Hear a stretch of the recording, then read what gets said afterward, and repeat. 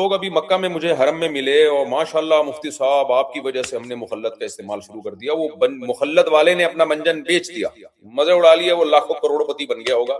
تو اس لیے اس طرح کے منجنوں سے آپ ہوشیار رہیں. اے آئی جنریٹڈ ویڈیو ہے وہ. اچھا بھائی, اب کیا کہتے ہیں مفتی صاحب؟ السلام علیکم, میں جاوید اقبال خان کانپور سے آپ سے بات کرنے کے بعد میں نے داڑھی رکھ لیا لاسٹ 6 سال سے, آپ سے پھر بات کرنا چاہتا ہوں. ماشاءاللہ بھائی جاوید خان, دل سے دعا ہے آپ کے لیے. داڑھی رکھنا اللہ کے نبی صلی اللہ علیہ وسلم کا حکم ہے, تمام پیغمبروں کی سنت, تمام صحابہ, تابعین, محدثین, سب کی سنت ہے اور سب کا حکم ہے, صرف سنت نہیں ہے. اور داڑھی رکھنے سے انسان بہت سارے گناہوں سے محفوظ رہتا ہے. اللہ تعالیٰ آپ کو اس پہ استقامت عطا فرمائے. آپ کا کیس فائر میں کیا کہنا ہے؟ یہ ہیں جی فہد نعمانی.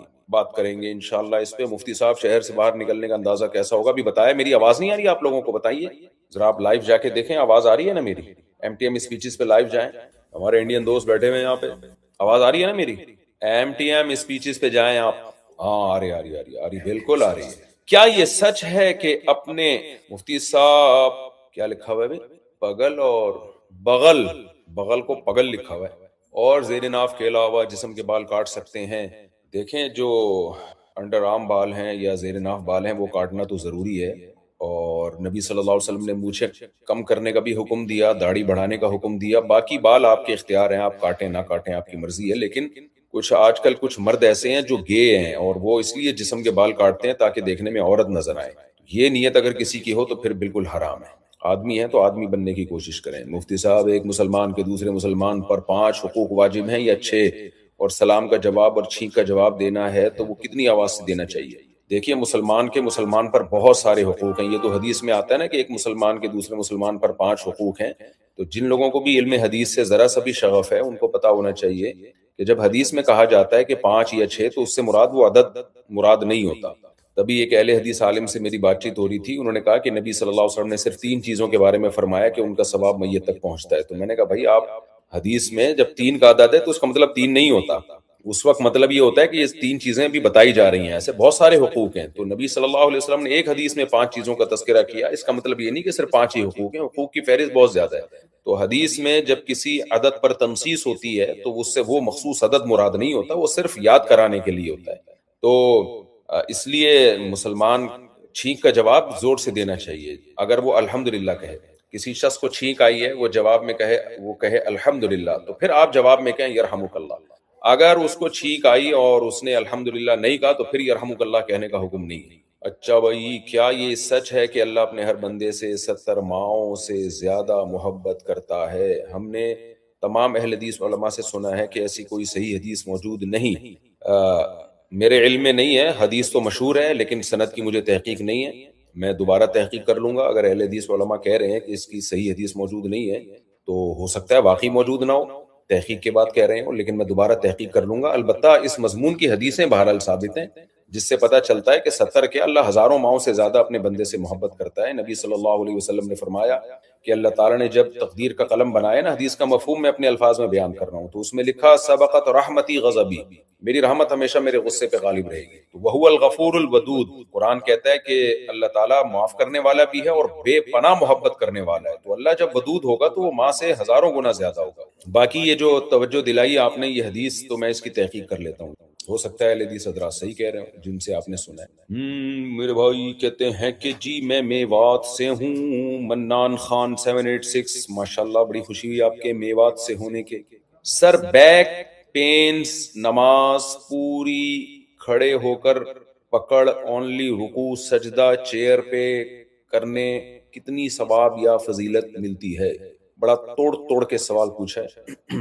کمر میں درد ہے تو مجبوری میں بھائی بیٹھ کے ہی نماز پڑھیں گے تو پھر پورا ثواب ملے گا, مجبوری کی وجہ سے اگر کوئی بیٹھ کے پڑھ رہا ہے. اچھا بھائی یار پہلے میں ٹائم تو دیکھ لوں, ٹائم کیا ہو رہا ہے؟ 2:42 ہو رہے ہیں نا. اس کو ہم نے ختم کرنا ہے 3:15 پہ انشاءاللہ. کیا سوال آنا رک گئے ہیں کیا؟ کیا آپ نے, یہ کیا لکھا ہوا ہے یار, کیا آپ نے پریکٹیکلی نماز کا طریقہ بتایا ہے یوٹیوب پر؟ پورا طریقہ A to Z تو نہیں بتایا, انشاءاللہ بتاؤں گا. کیا آپ, یہ ہو گیا, آ رہے ہیں سوال آ رہے ہیں. اب میں ذرا نیچے سے سوال کو گچی سے پکڑنا شروع کر رہا ہوں. مفتی صاحب امام نیت کیسے کرے؟ بس دل کے ارادے کا نام ہے. آپ کیوں امام مسلح پہ کھڑے ہو کر کیا کرنے کے لیے کھڑا ہوا ہے مسلح پہ؟ اگر ظہر کی نماز پڑھ رہا ہے تو دل میں ارادہ کر لے میں ظہر پڑھ رہا ہوں، اثر پڑھ رہا ہے تو دل میں ارادہ کر لے میں اثر پڑھ رہا ہوں۔ یہ نیت کے بارے میں بھی لوگ بہت زیادہ وہمی ہو جاتے ہیں۔ پرسوں ایک وہمی سے واسطہ پڑا، وہ آدھا گھنٹہ نیت کرتا ہے، تو اللہ بچائے وہم کی بیماری سے۔ مفتی صاحب مولانا سجاد نعمانی صاحب نے ایرانی لیڈر سے ملاقات کی تو لوگ ان کو برا کہتے ہیں۔ کسی بھی لیڈر سے کسی بھی ٹائم پہ ملاقات کرنے پر نہ اللہ کی طرف سے کوئی پابندی ہے نہ گورنمنٹ کی طرف سے۔ باقی انہوں نے باتیں کیا کی مجھے اس کے بارے میں ڈیٹیل معلوم نہیں ہے۔ وہ ایک اہل حدیث عالم کے بارے میں میرا کلپ چل رہا ہے کہ وہ ڈونلڈ ٹرمپ سے مل کر آئے ہیں، تو میں نے ان سے کہا، میں نے اس پہ بیان دیا تھا کہ ڈونلڈ ٹرمپ سے ملنا برا نہیں ہے، وہ بات کیا کی ہے وہاں جا کے، تو اگر غلط بات کی ہے تو پھر بری ہے، اگر کسی بری چیز میں اس کو فیور کیا تو ناجائز ہے، حرام ہے، اور اچھی چیز میں فیور کیا تو ٹھیک ہے، لیکن مجھے اس کی ڈیٹیل معلوم نہیں ہے، یہ ذہن میں رکھیں۔ تو اس لیے مجھے نہیں پتا کیا ہوا ہے۔ کچھ لوگوں نے پھر اس پہ ڈیٹیل بتائی ہے کہ وہ یوں گئے تھے وغیرہ وغیرہ۔ میں تو ایک جنرلی ایک اصول بیان کیا ہے کہ کسی سے بھی کسی بھی ٹائم پہ ملنے پر نہ اللہ کی طرف سے کوئی پابندی ہے نہ گورنمنٹ کی طرف سے کوئی پابندی ہے۔ باقی اگر کوئی غلط کرے گا تو ظاہر ہے وہ جواب دے، پھر وہ عوام کا اعتراض بھی بنتا ہے۔ مجھے اس دورے کی ڈیٹیل معلوم نہیں ہے، اس لیے میں بری ذمہ ہوں اس سے۔ مفتی صاحب کیا مالکی امام کے پیچھے نماز پڑھنا جائز ہے کیونکہ وہ ایک سلام سے نماز مکمل کرتے ہیں؟ بالکل جائز ہے، چاروں امام برحق ہیں، امام ابو حنیفہ، امام مالک، امام شافعی، امام احمد بن حنبل، ان چاروں ائمہ کو فالو کرنے والے ایک دوسرے کے پیچھے ہمیشہ سے نماز پڑھتے آئے ہیں، تو سب مسلمان ہیں بھائی، نماز ہو سکتی ہے۔ جو بھی اہل سنت والجماعت ہے اس کے پیچھے نماز جائز ہے۔ مفتی صاحب اسلامک بینک کا اسٹاک خریدنا اسلامک بینک میں کام کرنا حرام ہے یا حلال ہے؟ حلال ہے، جائز ہے۔ مفتی صاحب وہ واجب حقوق بتا دیں جو ایک مسلمان کے دوسرے مسلمان پر ہیں تاکہ گناہ سے بچا جا سکے۔ بہت سارے حقوق ہیں جن میں 5 کو نبی نے ہائی لائٹ کیا ہے، اس کے ساتھ جنازے میں جانا، اس کی چھینک کا جواب دینا، سلام کا جواب دینا، اور بیمار ہو تو عیادت کرنا۔ ایک میرے ذہن سے نکل گیا ہے، میں انشاءاللہ دیکھ کے بتا دوں گا۔ مفتی صاحب یہ تو بتا دیا یار، بغل کے بالوں کے پیچھے ہی پڑ گئے ہو۔ میں قاری صاحب حفظ میں بچوں کو مارتے ہیں، ان کا ایسا کرنا کیسا ہے؟ بالکل حرام ہے، ناجائز ہے۔ قاری صاحب کے لیے بچوں کو مارنا تو دور کی بات، بچے کو ہاتھ لگانا بھی اس زمانے میں جائز نہیں ہے، یہ ذہن میں رکھیں۔ جب بچہ قاری کے حوالے کریں، کیمرے لگائیں اور بولیں اس بچے نے چاہے یہ سبق یاد کرے یا نہ کرے، آپ کو ٹچ کرنے کی اجازت نہیں ہے، انسان کے بچے بن جاؤ۔ باقی قاری صاحب کا احترام کریں، وہ آپ کے بچوں کے استاذ ہیں، بچوں کو بھی سکھائیں کہ اپنے ٹیچروں کا احترام کریں، لیکن ہاتھ لگانے کی اس زمانے کی قید میں لگا رہا ہوں، اس زمانے میں بحث میں نہ پڑیں کہ یہ جائز ہے ناجائز ہے، بس اس زمانے میں ناجائز ہے، ختم۔ ہاتھ لگانے کی اجازت نہیں ہے، یہ فساد کا دور ہے بھائی۔ نہ اسکولوں میں ٹیچروں کو اجازت ہے، صرف قاریوں کے لیے مسئلہ نہیں ہے، اسکول میں ٹیچر کو بھی اجازت نہیں ہونی چاہیے کہ بچے کو ہاتھ لگائے، نہ مدرسے میں استاذ کو اجازت، نہ صرف سر پہ ہاتھ رکھنے کی اجازت، بس ایسے، دیٹس آل۔ مفتی صاحب کھانا بناتے وقت قرآن کریم کی تلاوت موبائل میں سن سکتے ہیں؟ مجھے تو یہ عمل اچھا نہیں لگتا، البتہ کوئی حافظ اگر قرآن یاد کرنا چاہتا ہے اس نیت سے تو پھر ٹھیک ہے، لیکن اس طرح قرآن لگا کے کاموں میں مشغول رہنا جائز ہے، بہرحال بہتر نہیں معلوم۔ مفتی صاحب یہ بتائیے ولیمہ کب تک کر سکتے ہیں؟ سنت تو 3 دن ہے بھائی، 3 دن کے اندر رخصتی کے بعد 3 دن کے اندر ولیمہ کر لیں۔ مفتی صاحب گائے کا عقیقہ کر سکتے ہیں؟ جی کر سکتے ہیں، لیکن ہندوستان میں گائے پر پابندی ہے تو اپنے آپ کو آزمائشوں میں نہیں ڈالنا چاہیے۔ بھینس کی کر لیں، بکرے کی کر لیں، اپنے آپ کو مشکلات میں نہیں ڈالنا چاہیے۔ اگر وہاں کے لوگ ناپسند کر رہے ہیں اور اس سے مسائل کھڑے ہوتے ہیں تو پھر انڈیا میں رہتے ہوئے گائے کی عقیقہ یا قربانی نہ کریں، اپنے آپ کو مصیبتوں میں مت ڈالیں۔ بھینس ہے نا، اور پتہ ہے آپ کو گائے کا دودھ زیادہ بہتر ہے صحت کے لیے، اور بھینس کا گوشت زیادہ بہتر ہے۔ حکیم لوگ کہتے ہیں، ہمیشہ سے ہم بچپن سے حکیموں سے سنتے آئے ہیں، گوشت کھاؤ کٹے کا، بھینس کا، دودھ پیو گائے کا، مزہ نہ آئے پیسے واپس۔ ایسے ہی ہے نا، یہ میرے ساتھ سامنے انڈینز بیٹھے ہوئے ہیں، یہ جن کے گھر میں ہوں یہ بھی انڈیا والوں کا بھائی، جدہ میں انڈیا والوں کے پاس ہی آتا ہوں اکثر میں۔ یہاں ہندو بھی آتے ہیں ملنے کے لیے، مسلم بھی آتے ہیں، ہندو بھی آتے ہیں، اسلام کے بارے میں باتیں کرتے ہیں ماشاءاللہ، اور یہاں بہت اچھا ماحول ہے۔ جتنے مسلم کنٹریز ہیں نا، خدا کی قسم انہوں نے اقلیتوں کو، جو مائنورٹی میں مذہب والے لوگ ہیں، ان کو اتنی زبردست آزادی دی ہے۔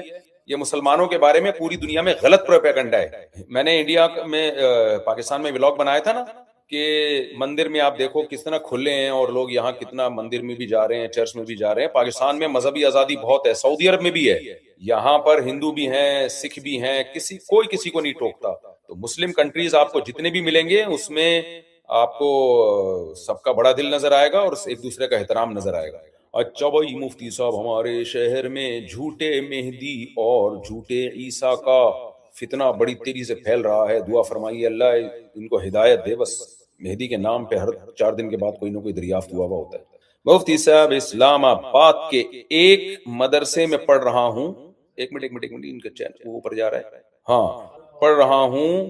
میں ایسے کون سے اعمال کروں کہ اللہ تعالیٰ مجھ سے دین کا بہت کام لے لے؟ سب سے بہتر عمل، پہلے تو گناہوں کو چھوڑیں. نمبر 2، دعائیں بہت مانگے اللہ سے کہ اللہ تعالیٰ آپ سے دین کی خدمت لے. 5 چیزوں کے ساتھ دعا مانگا کرے. اے اللہ اخلاص کے ساتھ، عافیت کے ساتھ، قوت کے ساتھ، ہمت کے ساتھ اور دینی جذبے کے ساتھ مجھ سے دین کی خوب خدمت لے لے.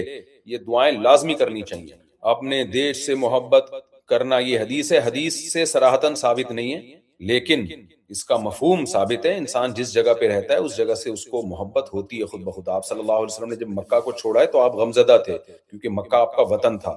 انسان کو اپنی مٹی سے محبت ہوتی ہے، یہ نیچرل ہے. اچھا بھائی تقلید بولو پلیز. کیا مطلب تقلید؟ بول دیا تقلید. اپنے دیش سے محبت. اگر امام صاحب قنوت نازلہ پڑھ رہے ہوں تو اس میں ہاتھ اٹھانا جائز ہے؟ ہاتھ اٹھانا بھی جائز ہے اور احناف کے نزدیک بہتر ہے کہ ہاتھ باندھ لیں. جب امام قنوت نازلہ پڑھ رہا ہوں نا تو ایسے کر کے ناف پہ جیسے ہاتھ باندھنے کا ہمارا طریقہ ہے اس طرح سے ہاتھ باندھ لیا جائے، یہ بہتر ہے. کچھ ائمہ اس کے بھی قائل ہیں ہاتھ اٹھا لیا جائے. دونوں جائز ہیں لیکن ہمارے نزدیک افضل یہ ہے کہ جب امام قنوت نازلہ پڑھے تو ہاتھ باندھ لیا جائے، کیونکہ وہ قیام جس میں لمبا ذکر ہو اس میں ہاتھ باندھنا سنت ہے. نبی قیام میں ہاتھ باندھا کرتے تھے نا کیونکہ لمبا قیام ہوتا تھا، سورہ فاتحہ بھی ہوتی تھی اور تلاوت بھی ہوتی تھی. تو اس سے پتہ چلتا ہے قیام جب لمبا ہوگا تو اس میں ہاتھ باندھے جائیں گے. اور رکوع سے سجدے میں جانے کے درمیان تھوڑی دیر کا قیام ہوتا ہے تو اس لیے اس میں ہاتھ نہیں باندھے جاتے. وہ قیام اگر قومے والا قیام لمبا ہو جائے تو پھر اس میں ہاتھ باندھ لینا چاہیے. اچھا بھائی میں عمرے پر گیا تھا، میں نے عمرے سے پہلے ناخن کاٹنا میں بھول گیا بٹ میں نے بعد میں دم دیا تھا، کیا عمرہ ہو گیا؟ اور بھائی احرام میں ناخن کاٹیں گے تو دم ہوگا، سزا ہوگی. احرام سے پہلے ناخن کاٹ لیے تو کچھ نہیں ہوتا. اس سے آپ کا سوال واضح نہیں ہے. مفتی صاحب 16 سال ہے اور نکاح کرنا ہے. 16 سال کی عمر ہو گئی ہے اور نکاح کرنا ہے. کمانا شروع کر دو تو رشتے آنا شروع ہو جائیں گے ورنہ صرف فرشتے آئیں گے.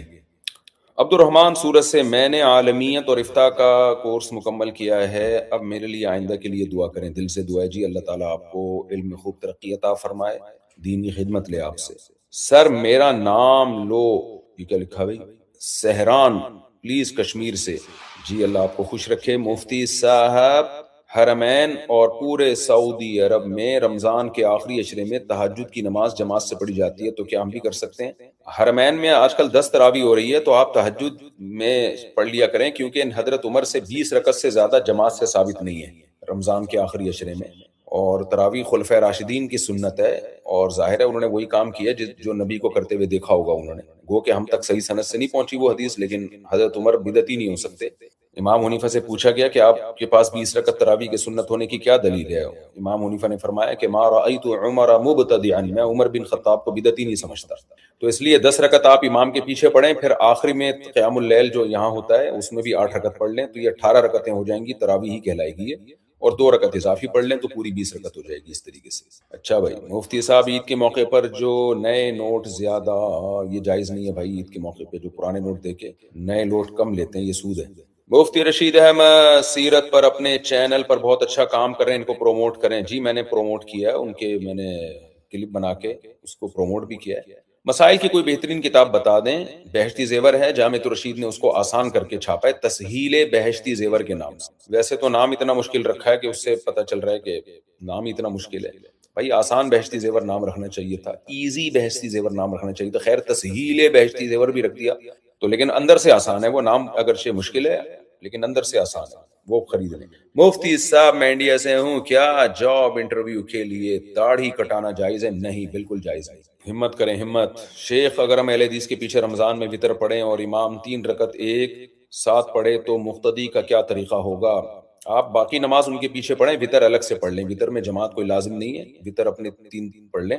البتہ حرم میں اگر آپ تراویح پڑھ رہے ہیں تو پھر حرم کے امام جیسے وطر پڑھائیں انہی کے پیچھے پڑھ لیں، حرم کی فضیلت کے لیے. حرم مسلمانوں کا مرکز ہے، وہاں اختلاف کی بالکل بھی اجازت نہیں ہے. باقی وطر جو اہل حدیث جس طرح سے پڑھتے ہیں، میں نے اس پہ وطر پہ پورا ایک پچھلے رمضان میں ویڈیو ریکارڈ کروائی ہے دلائل کے ساتھ کہ نبی صلی اللہ علیہ وسلم سے صراحتاً یہ ثابت نہیں ہے کہ 2 رکعت کے بعد آپ وطر میں نہ بیٹھیں اور ڈائریکٹ کھڑے ہو گئے ہوں. میرا وطر والا بیان آپ سن سکتے ہیں ریفرنسز کے ساتھ۔ اگر امام مسافر ہو یا بیٹھ کر نماز پڑھے تو مقتدی نماز کیسے ادا کریں؟ مقتدی کھڑے ہو کے نماز پڑھیں، امام اگر مجبوری میں بیٹھ کے نماز پڑھ رہا ہے تو اس کے پیچھے مقتدی کی نماز ہو جاتی ہے۔ صحیح بخاری کی حدیث ہے، نبی صلی اللہ علیہ وسلم نے آخری وقت میں جب بیمار تھے تو بیٹھ کے نماز پڑھائی اور سارے صحابہ نے آپ کے پیچھے کھڑے ہو کے نماز پڑھی۔ مفتی صاحب اگر قریب مسجد کو چھوڑ کر دور والی مسجد جانا کیسا ہے؟ میں دور والی مسجد جاتا ہوں نماز پڑھنے کیونکہ وہاں کے امام کی تلاوت بہت پسند ہے۔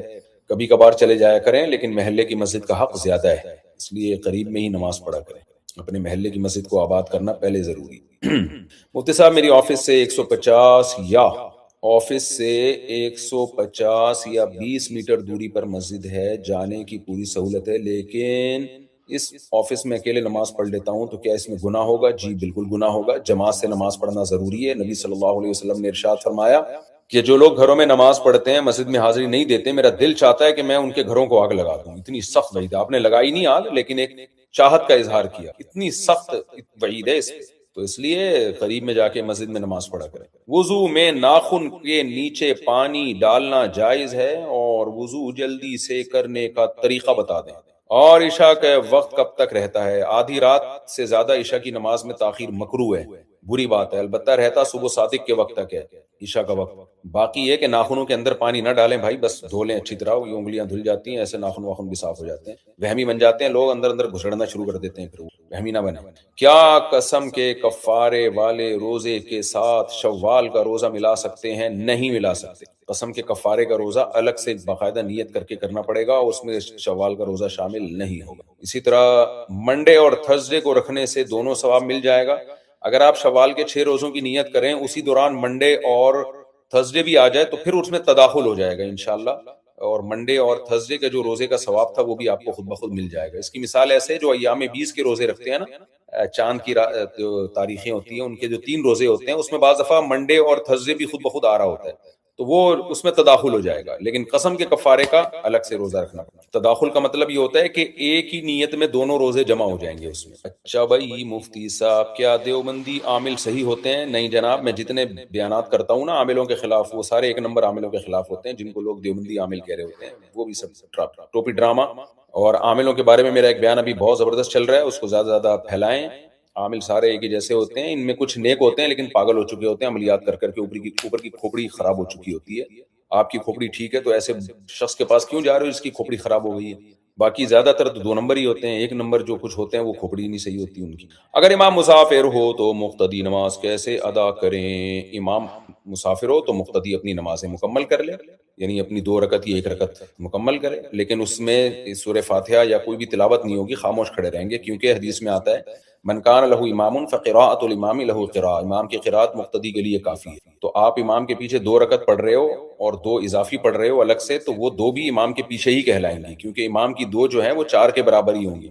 اچھا بھائی، میں میری امی اور بہن کے ساتھ ریاض میں ہوں کیونکہ میرے پاپا یہی رہتے ہیں، اب ہمیں کچھ دنوں میں انڈیا واپس جانا ہے، تو کیا میں اپنی امی اور بہن کے ساتھ جا سکتی ہوں؟ ہم تینوں صرف لیڈیز ہی ہیں۔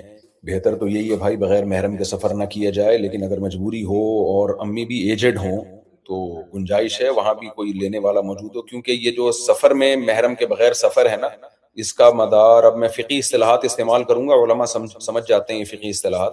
سفر میں جو نماز ہے نا، تو نماز میں قصر کا تعلق مشقت حکمیہ پر ہے، حقیقیہ پر نہیں ہے، یعنی سفر ہی مشقت کے قائم مقام ہے، لیکن جو پردے اور دیگر احکامات ہیں ان میں سفر میں جو محرم کے بغیر سفر سے منع کیا گیا ہے اس کا تعلق ہے فتنے سے، تو جہاں فتنے کا اندیشہ ہوگا وہاں بغیر محرم کے سفر جائز نہیں ہوگا، اور جہاں فتنے کا اندیشہ نہیں ہے اور ضرورت بھی ہے تو ایسے موقع پہ پھر گنجائش ہوگی۔ اگر بڑی عمر کی کوئی خاتون جیسے والدہ بڑی ایجڈ ہیں، میچور ہیں، تو ان کے ساتھ جانے کی ہماری رائے تو یہی ہے کہ گنجائش ہوگی اس زمانے میں، اور کیونکہ محرم کے ساتھ جانے میں ڈبل خرچہ ہوتا ہے، اس کا جانا پھر واپس آنا ٹھیک ٹھاک خرچہ ہو جاتا ہے، تو اس لیے گنجائش ہے۔ باقی احتیاط اسی میں ہے کہ وداؤٹ محرم سفر نہ کیا جائے، پروموٹ اسی کلچر کو کرنا چاہیے۔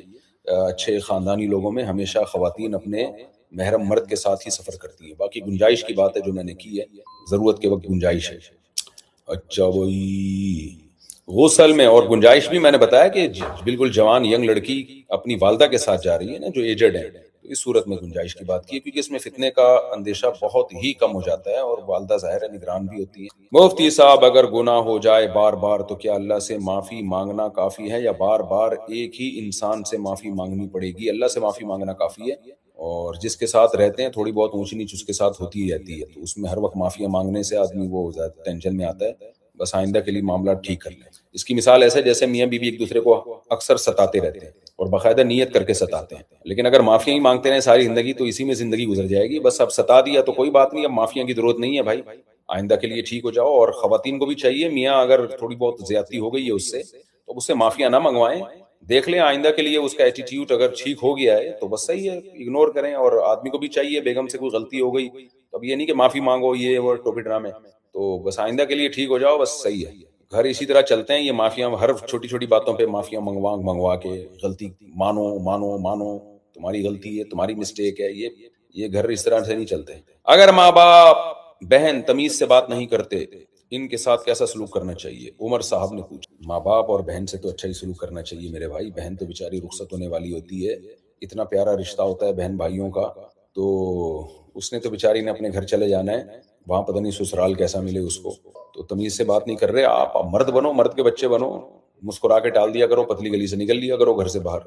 تو آج کل تمیز ومیز مارکیٹ میں ویسے ہی شارٹ چل رہی ہے، باقی یہ کہ ان کو چاہیے تمیز سے بات کریں، بھائی جو ہے وہ باپ کی طرح ہوتا ہے، خاص طور پہ بڑا بھائی، اور اللہ نے مردوں کو، عورت کو حکم دیا ہے کہ مردوں کو رسپیکٹ دے، وہ عزت دے، تو اس لیے ہونا تو یہ چاہیے کہ بہن آپ کی آپ کو عزت دے، نہیں دے رہی تو کوئی بات نہیں یار، بہن ہے چلی جائے گی اپنے گھر، آپ محبت سے پیش آؤ، میں تو یہی مشورہ دوں گا آپ کو۔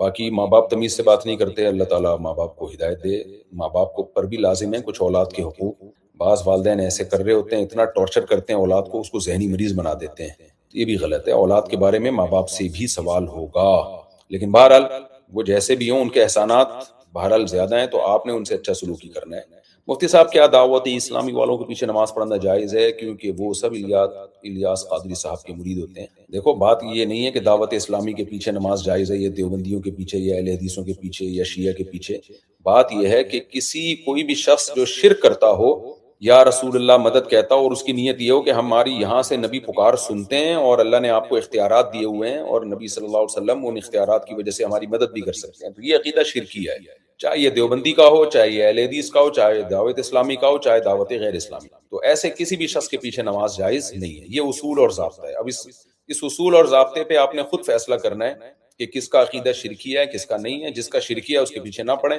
اور اگر دعوت اسلامی میں کوئی ایسا شخص ہے جس کا ایسا عقیدہ نہیں ہے تو اس کے پیچھے جائز ہے۔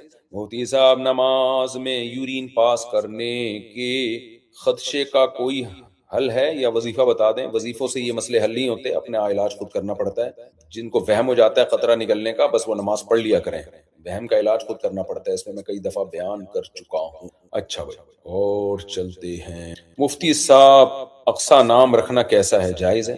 پڑھائی میں ٹاپ کرنے کا طریقہ، محنت کریں، پڑھیں، اچھے ٹیچر کا انتخاب کریں تو ٹاپو ٹاپ چلیں۔ پھر کیا کسی زندہ انسان کو کچھ قرآن پڑھ کر ثواب منتقل کر سکتے ہیں؟ جائز ہے، کر سکتے ہیں، لیکن ہمیں میری رائے اس میں یہی ہے، ٹوٹی پھوٹی رائے، کہ جو اسلاف جس طریقے کو فالو کرتے رہے ہیں بس اسی پر قائم رہیں تو زیادہ اچھا ہے۔ دعا مانگا کریں کچھ پڑھنے کے بعد، اسلاف سے ہمیں ملتا نہیں ہے کہ یہ پڑھنے کے بعد فلاں کو بخش دیا، یہ پڑھنے کے بعد فلاں کو بخش دیا۔ حضرات فقہا نے ایک جنرلی ایک اصول اور ضابطہ بیان کیا ہے کہ جیسے حدیث سے ثابت ہے کہ میت کے لیے اصال ثواب جائز ہے تو زندہ کے لیے کیوں جائز نہیں ہے؟ جب اپنا ثواب کسی مردے کو پہنچا سکتے ہیں تو زندہ کو پہنچانے پر اللہ کیوں پابندی لگائے گا؟ اللہ کی رحمت سے بعید نہیں ہے کہ وہ زندہ کو بھی ثواب پہنچا دے، آپ کا جو ثواب ہے جو آپ پہنچانا چاہ رہے ہیں، لیکن یہ تو دلیل کی بات ہے، لیکن جو مزاج کی بات ہے تو جو چیز اسلاف سے ملتی ہے ہمیں اسی کو فوکس کرنا چاہیے۔ تو اسلاف میں یہ رواج تو تھا کہ عبادت کرنے کے بعد کسی کے لیے دعا مانگی زندہ کے لیے، تو یہ زیادہ میرا خیال ہے زیادہ اقرب الی الکتاب والسنہ ہے یہ طریقہ۔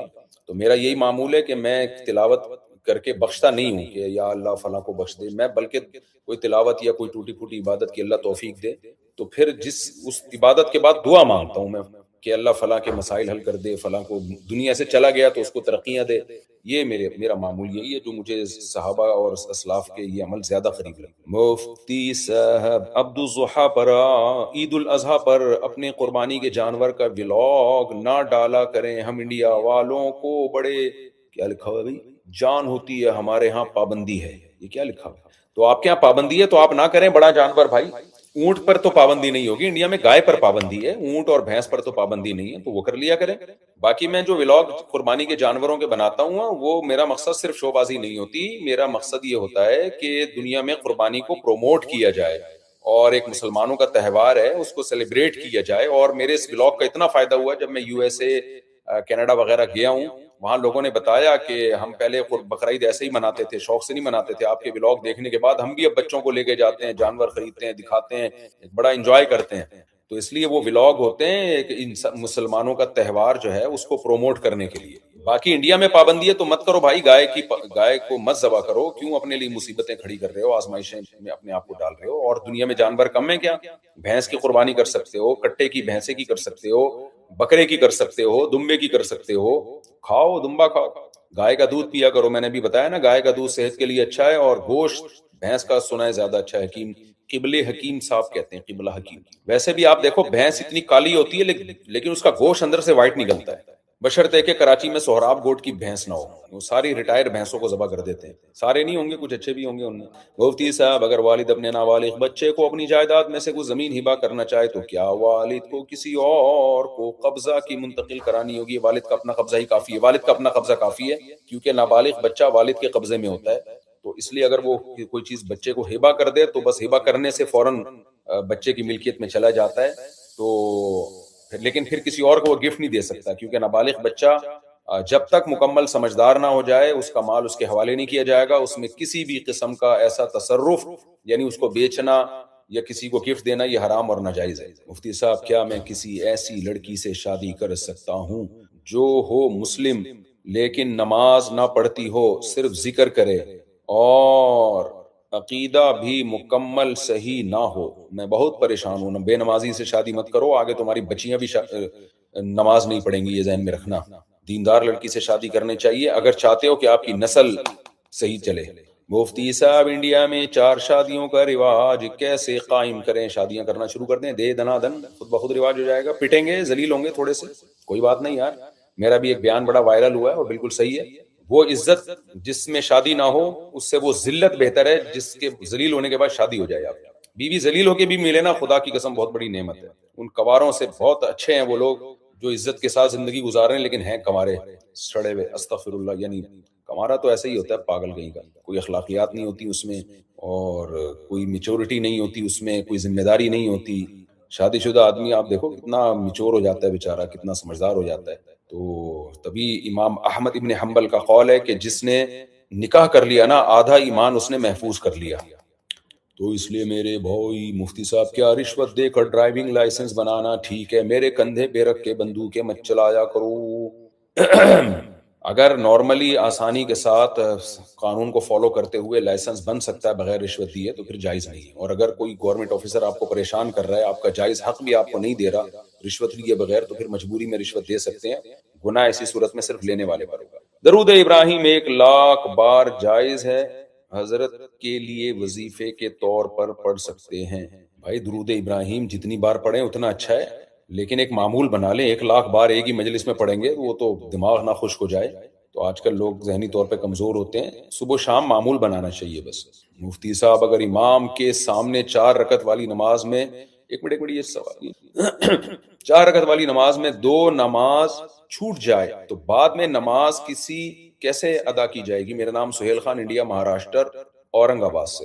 امام کے ساتھ 4 رکعت والی نماز میں 2 رکعت چھوٹ گئی ہے تو امام نے جب السلام علیکم ورحمۃ اللہ کہا اور جب لیفٹ سائڈ پہ السلام علیکم کہنے لگا تو آپ کھڑے ہو جائیں، ثنا پڑھیں، اعوذ باللہ بسم اللہ پڑھیں، سورہ فاتحہ پڑھیں، بسم اللہ پڑھ کے پھر سورت پڑھیں، رکوع سجدہ کر کے دوسری رکعت میں پھر بسم اللہ کر کے سورہ فاتحہ شروع کریں، پھر بسم اللہ کر کے نئی سورت شروع کریں، پھر رکوع کریں اور آخر میں تحیات درود شریف دعا پڑھ کے سلام پھر. میں انڈیا کشمیر سے ہوں حماد صاحب اور آپ سے محبت ہے، اللہ آپ کو خوش رکھے.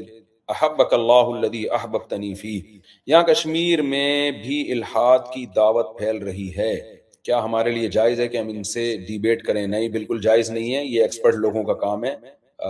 مفتی یاسر واجدی صاحب جو شکاگو والے ہیں ان سے رابطہ کریں اور ان کی ٹیم سے رابطہ کریں۔ اسی طرح پاکستان میں قیصر راجہ صاحب ہیں، ان سے بھی رابطہ کیا جا سکتا ہے، لیکن انڈین اگر زیادہ پاکستانیوں سے رابطہ کریں اس سلسلے میں تو پھر انڈین گورنمنٹ تنگ کرتی ہے۔ تو آپ وہ جو بھی مفتی شمائل صاحب جیتے ہیں نا ماشاءاللہ، ڈیبیٹ بہت زبردست کی ہے، ان سے رابطہ کریں۔ انڈیا میں تو بہت سارے علماء ہیں جو الحاد کے خلاف کام کر رہے ہیں، تو ملحد تو بیچارے کے پاس کوئی دلیل نہیں ہوتی، پھیکو ہوتا ہے ایک نمبر کا، اسٹوڈنٹ کے لیے کوئی دعا۔ اچھا، ملحد جتنے دلائل خدا کے انکار کے دے رہے ہوتے ہیں نا، وہ سارے اصل میں خدا کے وجود کے دلائل ہوتے ہیں، اس لیے ملحدوں سے بحث بہت بہت آسان ہے، کیونکہ وہ خود ہی خدا کے وجود کے دلائل دینا شروع کر دیتے ہیں اور پاگل اس کو الٹا لے جا رہے ہوتے ہیں ان دلائل کو۔ تو اس لیے اس کے لیے معلومات بھی اچھی چیز ہے، لیکن کھوپڑی بھی صحیح ہو نا تو آدمی ان کو انہی کی باتوں میں جواب دے سکتا ہے۔ بہرحال جو میں نے جن علماء کا نام لیا آپ ان سے رابطہ کریں، انشاءاللہ وہ آپ کو۔ دین اور مذہب میں کیا فرق ہے مفتی صاحب؟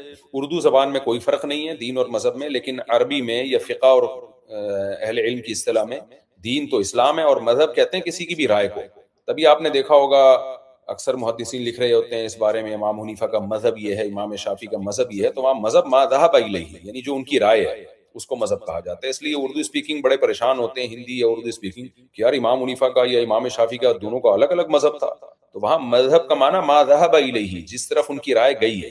تو ذهب یذهب کا معنی جانا، مذہب وہ چیز جہاں آپ کی رائے گئی ہے، اس وہ جگہ یا وہ چیز، اس لیے مذہب رائے کے معنی میں ہے عربی میں۔ زید نے اپنی بیوی فاطمہ کو 2 طلاق دی، اب مزید لوگوں کو دکھانے کے لیے طلاق دینی ہے، کیا مطلب بھائی؟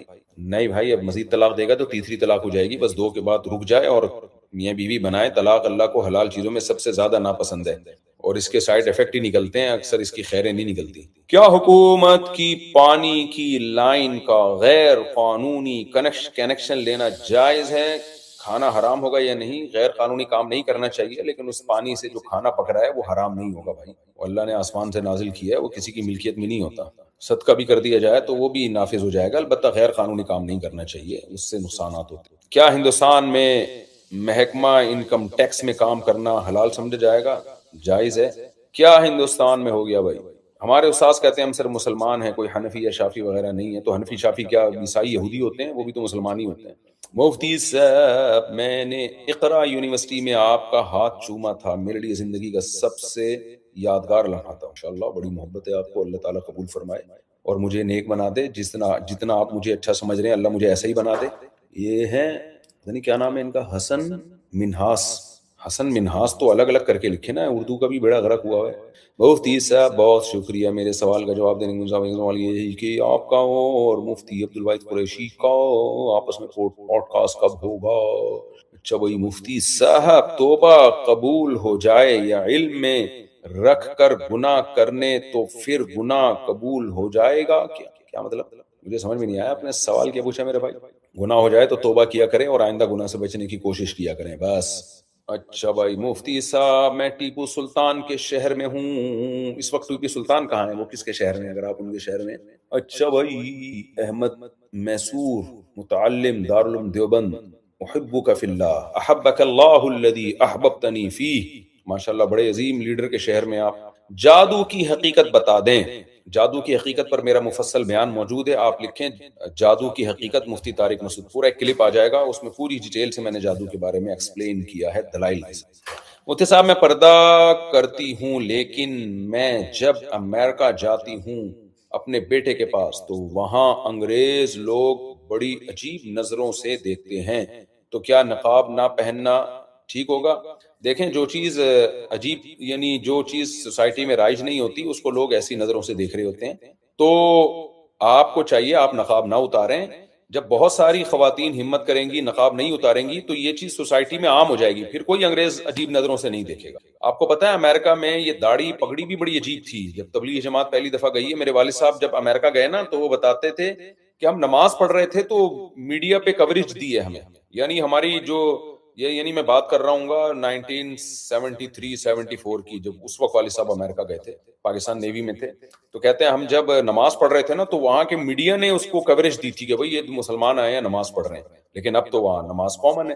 پہلے پگڑی والے کو لوگ عجیب نظروں سے دیکھتے تھے امریکہ میں، تو اسی طرح آپ لوگ کو تو چاہیے اس نقاب کو پروموٹ کریں تاکہ یہ جو ایک ان کے دل میں ایک تعجب ہے کہ یہ کیا ہے بھائی، یہ تعجب ختم ہو جائے گا. ان کو پتا ہوگا کہ مسلمان خواتین جو ہیں وہ حجاب لیتی ہیں, اور اس کا فائدہ یہ بھی ہوگا کہ آپ کی دیکھا دیکھی بہت ساری خواتین حجاب لیں گی, اور یہ سارا صدقہ جاریہ بنے گا آپ کے. اچھا بھائی ٹائم بہت ہو گیا ہے, وحدت الوجود کو سمجھائیے ذرا. وحدت الوجود ایک ٹرم ہے, اصطلاح ہے, اس کا وہ مطلب نہیں ہے جو ہمارے سلفی اور اہل حدیث علماء لیتے ہیں کہ صوفی لوگ اس کے قائل ہیں کہ اللہ تعالیٰ کی ذات ہر جگہ حلول کی ہوئی ہے, یا اللہ کی ذات کے علاوہ کوئی دنیا میں وجود ہی نہیں ہے. یہ مطلب بہرحال نہیں ہے, اور صحیح مطلب کیا ہے اس میں پڑھنے کی ضرورت نہیں ہے, کیونکہ ہم سے اس عقیدے کے بارے میں سوال نہیں ہوگا.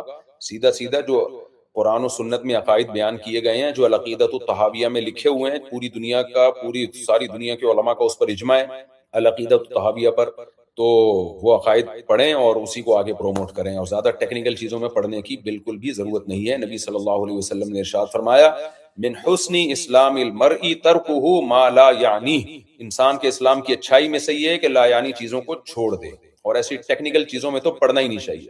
جب ہمارے پاس قرآن و سنت موجود ہے تو جو عقائد قرآن و سنت میں ہیں, صحیح حدیث میں اور قرآن میں, اور ان عقائد کو میں نے بتایا العقیدۃ الطحاویہ میں بہت اچھی طرح سے امام طحاوی نے جمع کر دیا ہے. کمال کی بات ہے کہ وہ امام طحاوی حنفی تھے, لیکن ان کی کتاب کو اہل حدیث لوگ پڑھ رہے ہوتے ہیں, اور سعودی عرب میں سلفی لوگ بھی پڑھ رہے ہوتے ہیں, سب اس کو پروموٹ کر رہے ہوتے ہیں, اور ہم لوگ کن چکروں میں پڑ گئے. تو اس لیے یہ عوامی باتیں نہیں ہیں, عوام کی مینٹیلٹی سے اوپر کی چیزیں ہیں, اور ہمیں نبی صلی اللہ علیہ وسلم نے اس طرح کی پیچیدگیوں سے منع کیا. عقیدے کا باب اسلام میں بہت صاف ستھرا ہے, بالکل نیٹ کلین ہے, اسی کو فوکس کریں, اسی کو فالو کریں, بس اس سے آگے جانے کی چندہ ضرورت نہیں ہے. اچھا بھائی, میرے بہت سے سوالات ہیں, میں آپ سے بات کرنا چاہتا ہوں, پوچھ لیتے سوال. اتنی دیر سے میں کس سلسلے میں بیٹھا ہوا ہوں, سوالوں کے جواب دینے کے لیے تو بیٹھا ہوا ہوں. مفتی صاحب یقینی مومنین 18 کیا لکھا ہے آیت کا کان میں پڑھنا کیسا ہے؟ کیا مطلب کان میں پڑھنا؟ سوال سمجھ میں نہیں آیا. ایک سوال بس آخری لے لیتے ہیں. السلام علیکم مفتی صاحب, میں منہاج سلف کو فالو کرتا ہوں, میرے گھر کے پاس والی حنفی مسجد والے مجھے وہاں نماز پڑھنے کے دوران تنگ کرتے ہیں, میں انہیں کیسے سمجھاؤں؟ کیا مطلب سلف کو فالو کرتے ہیں؟ حنفی لوگ بھی سلفی کو فالو کرتے ہیں بھائی. تو ہاں, کوئی بدعتی حنفی ہو تو وہ ایک الگ بات ہے, باقی جو گھر کے قریب مسجد ہونا اس میں نماز پڑھنا چاہیے, پڑھنی چاہیے. صرف مسلکی اختلاف کی وجہ سے محلے کی مسجد کو چھوڑ کر دور کی مسجد میں جانا یہ برا عمل ہے. تو آپ کے قریب میں جو مسجد ہے, چاہے کسی بھی مسلک کی ہو, بشرطے کہ امام توحید پرست ہو, مشرک نہ ہو امام, تو اپنے قریب کی مسجد میں نماز پڑھنی چاہیے. کیش دے کر آن لائن سے اپنا, یا آن لائن دے کر کیش لینے پر جو ایکسٹرا چارجز لیے جاتے ہیں, کیا وہ خالی عن العوض میں آئے گا؟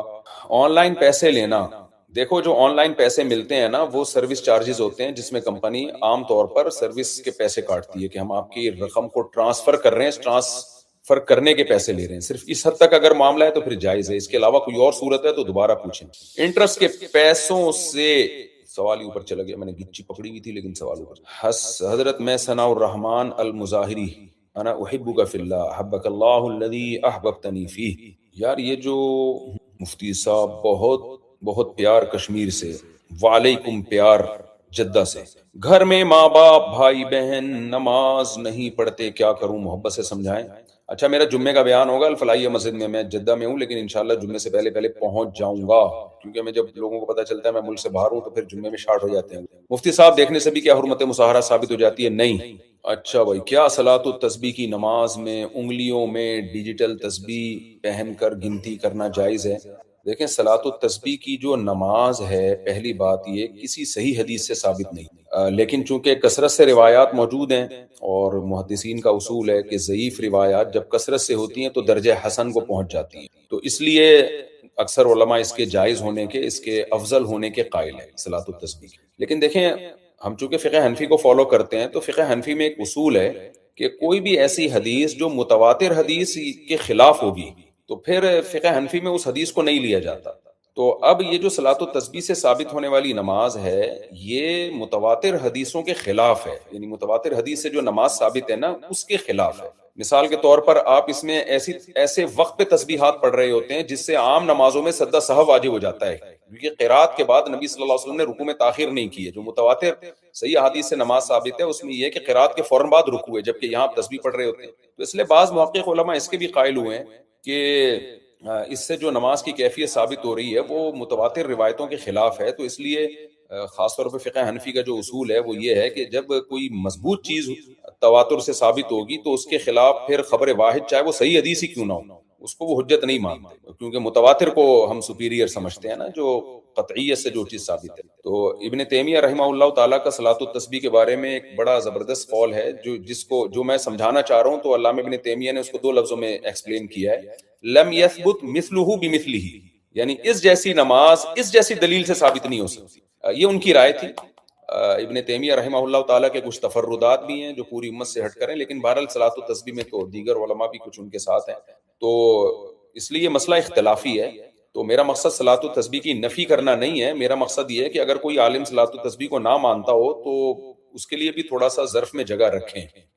ہمارے حضرت مفتی رشید احمد صاحب صلاۃ التسبیح کے قائل نہیں تھے، اور میرا رجحان بھی ان دلائل کی روشنی میں اسی طرف ہے کہ میں جتنا ٹائم صلاۃ التسبیح میں لگے اتنا ٹائم عام نوافل میں زیادہ کوشش کرتا ہوں کہ لگا دیا جائے، تاکہ جو ہے وہ جو تواتر سے جو نماز ثابت ہے نا، جو نبی سے ثابت ہے تواتر کے ساتھ، اس میں مضبوط گرفت ہونی۔ تو اس لیے بہرحال جمہور اس کے قائل ہیں، لہذا اس کو بدعت کہنا جائز نہیں۔ اور علامہ ناصر الالبانی رحمہ اللہ جو سلفی عالم تھے، انہوں نے اس کے جواز کا قول اس لیے کیا ہے عبداللہ ابن مبارک کی تقلید، تو ان کی تحریر میں نے خود پڑھی ہے، تو وہ عبداللہ بن مبارک کی تقلید کی ہے انہوں نے اس مسئلے میں۔ تو بہرحال کوئی کسی بڑے مجتہد کی تقلید میں جائز کہہ رہا ہے، کوئی محدثین کے اصول کو دیکھ رہا ہے کہ ضعیف حدیثیں کثرت سے ہوں تو ان میں جو ہے وہ حسن بن جاتی ہیں، یقیناً بن جاتی ہیں، لیکن متواتر کے خلاف نہ ہو۔ تو اس لیے میری رائے صلاۃ التسبیح میں یہی ہے کہ میں عام جو نبی سے جو تواتر کے ساتھ جو نماز ثابت ہے اس کو زیادہ فوکس کرتا ہوں، لیکن اگر کوئی صلاۃ التسبیح پڑھ رہا ہو تو اس کو بدعتی نہیں کہتا، کیونکہ باہر بہت سے علماء بڑے بڑے علماء اس کے قائل ہیں جواز کے، تو جتنا بڑا اختلاف ہو تو اس کو بدعت کا فتویٰ نہیں لگایا جا سکتا۔ اس لیے اب چونکہ میں اس کو نہیں پڑھتا تو اس لیے مجھے پتہ بھی نہیں کہ کیسے پڑھی جاتی ہے، تو جو علماء اس کے جواز کے قائل ہیں پھر انہی سے رائے لے لی جائے کیسے پڑھنے کا طریقہ کیا ہے، اور وہ سب ہمارے لیے قابل احترام ہے۔ میرے اپنے اساتذہ مشائخ میں بہت سارے اساتذہ ہیں جو پڑھتے بھی ہیں اور اس کے جواز کے قائل بھی ہیں، تو اس لیے صرف میرا مقصد یہ تھا کہ یہ اتفاقی نماز نہیں ہے، جائز ہے بہرحال بھائی، یعنی ایسا نہ ہو کہ میرے اس کلپ کے بعد کوئی نیا پھڈا شروع ہو جائے سوسائٹی میں، صلاۃ التسبیح کو لے کے مناظرے شروع ہو جائیں، تو بہت سے علماء جائز سمجھتے ہیں، عوام کے لیے اتنا کافی ہے۔ مفتی صاحب ہمیں پتہ نہیں یہ پیسے انٹرسٹ کے ہیں یا نہیں، تو کیا ان پیسوں سے قرضہ واپس کیا جا سکتا ہے؟ جب پتہ ہی نہیں ہے کیا مطلب؟ عام تو اصل تو یہی ہے کہ پیسہ حلال ہوتا ہے، جب تک حرام ہونے کی دلیل نہیں ہوگی تو حلال ہی سمجھا جائے گا۔ 3 طلاق پر ریفرنس کے ساتھ ویڈیو بنائے، میں نے بنائی بھی ہے، مفتی طارق مسعود اسپیچز پہ جائیں یا MTM اسپیچز پہ بھی جا سکتے ہیں، اور جو میرے تفسیر کے لیکچرز اپلوڈ ہوئے ہیں ان میں لیکچر نمبر 100 سورہ بقرہ کے میں جو طلاق کی آیتیں ہیں اس میں میں نے پوری ڈیٹیل سے ایک ریفرنس کے ساتھ ویڈیو ریکارڈ کروائی بھی ہے، دیکھ لیں جا کے وہ 3 طلاق کے مسئلے پر، لیکچر نمبر 100 سے وہ شروع ہو رہے ہیں۔ رمضان کے دوران جو لوگ روزہ نہیں رکھتے ان کے ساتھ کیسا رویہ اختیار کرنا چاہیے، ان سے کنارہ کشی اختیار کرنی چاہیے، جو علانیہ کبیرہ گناہ کر رہا ہو اس کے ساتھ زیادہ فری نہیں ہونا چاہیے، اور تھوڑا سا اظہار بھی کریں کہ آپ یہ غلط کر رہے ہو، ایسا نہیں کرنا چاہیے۔ آپ کافی ہو گیا میرا خیال ہے، چلیں اب پورا 4 منٹ رہ گئے ہیں گھنٹہ ہونے میں، پورا گھنٹہ ہی کر لیتے ہیں۔ مفتی صاحب ہو گیا بھائی، یہ سوال بھی ہو گیا ہے۔ اچھا بھائی یہ کیا لکھا ہوا ہے؟ جان مچ کر گناہ کرے تو توبہ قبول ہو جائے گی؟ جان بوجھ کر، جان مچ لکھا ہوا، توبہ بہرحال قبول ہوتی ہے، لیکن توبہ کی نیت سے گناہ کرنا کہ میں گناہ کر رہا ہوں تاکہ بعد میں پھر توبہ کر لوں گا، یہ ایسے بے وقوفی ہے جیسے کوئی اپنے آپ کو زخمی کرے یہ سوچ کر کے بعد میں علاج کرا لوں، تو یہ حماقت ہے۔ بلیک میجک کے ریلیٹڈ بک پڑھ سکتے ہیں، نہ پڑھیں کھوپڑی خراب ہو جائے گی اس سے۔ آسٹریلیا سے ہوں مفتی صاحب، پلیز آپ سے ملاقات کا پروسیس بتا دیں۔ کوئی لمبا چوڑا پروسیس نہیں، عثمان بھائی سے رابطہ کریں۔ اچھا بھائی ان کا نمبر انٹرنیٹ پہ ڈلا ہوا ہے۔ اچھا میرے نام پہ نا کچھ بے وقوف احمق لوگ پیسے بھی لے رہے ہیں ملاقاتوں کے، میرے کوئی پیسے ویسے نہیں ہیں، کچھ لوگ میرے اسسٹنٹ بن کے چندہ بھی لے رہے ہیں اور ملاقاتوں کے پیسے بھی لے رہے ہیں، ایسے فراڈیوں سے ہوشیار رہیں۔ حکومت پائپ لائن سے پانی دینے کے پیسے لے رہی ہے، پیسے نہ دیں تو پانی حرام ہوگا؟ پانی حرام نہیں ہوتا بھائی، لائن کا پانی چاہے چوری کا بھی ہو کیوں نہ ہو، لیکن چوری کرنا گناہ ہے۔ تو وہ جو پانی کے پیسے گورنمنٹ لے رہی ہوتی ہے وہ پانی کے نہیں ہوتے، وہ سروس دینے کے پیسے ہوتے ہیں، کیونکہ لائنوں کی ریپیئرنگ گورنمنٹ کو کرنا ہوتی ہے، تو یہ ناجائز ہے، برا ہے، آپ پیسے دیے بغیر پانی استعمال کر رہے ہیں، لیکن اس سے پانی حرام نہیں ہو جاتا۔ اچھا بھائی سر میرے لیے دعا کرو، مینٹل ہیلتھ ایشو ہے، دل سے دعا ہے جی، اللہ تعالیٰ آپ کو صحت عطا فرمائے۔ حرمت مصاہرہ ثابت ہونے سے کون سی بیوی حرام ہوگی اگر کسی کی 3-4 بیوی ہو؟ بھائی جس بیوی کے ریلیٹو کے ساتھ یہ ہوا ہے وہی والی بیوی حرام ہوگی. لیکن حرمت مصاہرہ میں خود فیصلہ نہ کیا کریں, کسی دارالفتہ سے رابطہ کریں اور احتیاط کیا کریں. یہ مقدس رشتے ہوتے ہیں. 3-4 بیویاں اس کے بعد بھی حرمت مصاہرہ کے مسائل پیش آ رہے ہیں. اللہ کی پناہ ہے بھائی. کیا فجر کی نماز کے دوران سنتیں پڑھ سکتے ہیں؟ عام طور پر ہمارے ہاں جہاں جماعت ہو رہی ہوتی ہے اسی ہال میں کھڑے ہو کے لوگ سنتیں پڑھ لیتے ہیں, یہ جائز نہیں. اور جماعت ملنے کا یقین ہو تو پھر دور کھڑے ہو کر کہیں سنتیں پڑھ سکتے ہیں. لیکن اگر جماعت فوت ہو جانے کا خوف ہو تو پھر جائز نہیں ہے. حدیث میں آتا ہے کہ جب جماعت کھڑی ہو جائے تو کوئی بھی نماز نہیں ہے. لیکن عبداللہ بن مسعود کے عمل کی وجہ سے فجر کی نماز کو, سنتوں کو اس سے مستثنیٰ کیا گیا ہے, لیکن وہ بھی اس صورت میں کہ دور کھڑے ہو کر پڑھیں. نمبر 2, جماعت ملنے کا یقین ہو. اچھا بھائی, حج میں آپ کا بیان ہوگا اس سال, آپ آئیں گے؟ اللہ کرے اللہ مجھے آنے کی توفیق دے, میرے لیے آنا آسان کر دے. اگر آیا تو انشاءاللہ ضرور ہوگا. مفتی صاحب, سری نمازوں میں قرات کرنا کیسا ہے؟ امام محمد کہتے ہیں کہ سری نمازوں میں قرات کرنی چاہیے. من کان لہ امام والی حدیث ضعیف ہے. ضعیف نہیں ہے. من کان لہ امام فقراءۃ الامام لہ قراءۃ. ڈیٹیل دیکھو, علامہ البانی تو سلفی عالم تھے نا, وہ تو اپنے فقہ میں اپنے مسلک میں بہت متشدد تھے, انہوں نے اس حدیث کو صحیح قرار دیا ہے. تو اور ہمارے نزدیک تو مجتہد کا کسی حدیث سے استدلال کر لینا ہی اس کی علامت ہے کہ اس مجتہد کی نظر میں وہ حدیث صحیح ہے. تو اس لیے اس میں فتویٰ امام محمد کی رائے پر نہیں ہے, فتویٰ اسی پر ہے کہ امام کی قرات مقتدی کے لیے کافی ہے. تو یہ سری اور جہری دونوں نمازوں میں. مفتی صاحب ویلکم ٹو انڈیا. بھائی صاحب ویزا دلا دو تو انڈیا آؤں گا نا. ابھی سے ویلکم کرنا شروع کر دیا. اتنا زیادہ دل چاہتا ہے انڈیا آنے کا, بتا نہیں سکتا میں. انڈیا ہمارا ظاہر ہے آبائی وطن ہے, تو بڑی وہاں اپنے جو دل چاہتا ہے دادا کی قبر کی زیارت ہو. ہمارا مدرسہ جو سنسار پور میں ہمارے دادا جہاں بیٹھ کے 60 سال 60 ایئرز انہوں نے پڑھایا ایک ہی جگہ پہ بیٹھ کے, میرے دادا نے انڈیا میں بچوں کو قرآن حفظ کروایا. وہ جگہ دیکھنے کا دل کرتا ہے. میرے والد اور میرے نانا نے بھی میرے دادا سے ہی قرآن حفظ کیا اسی مدرسے میں. اور مولانا مکرم صاحب جو بہت بڑے عالم تھے ہندوستان کے, چند سال پہلے فوت ہوئے ہیں, غالباً حضرت رشید احمد گنگوہی رحمہ اللہ کے خلیفہ تھے. مولانا مکرم صاحب نے بھی ہمارے دادا سے قرآن حفظ کیا ہے. تو ایسی پیاری جگہ جانے کا دل نہیں کرے گا. وہاں ابھی بھی رشتہ دار بھی ہیں انڈیا میں, ان کے فون بھی آتے ہیں, گپ شپ بھی ہوتی ہے, تو بڑا دل چاہتا ہے بھائی.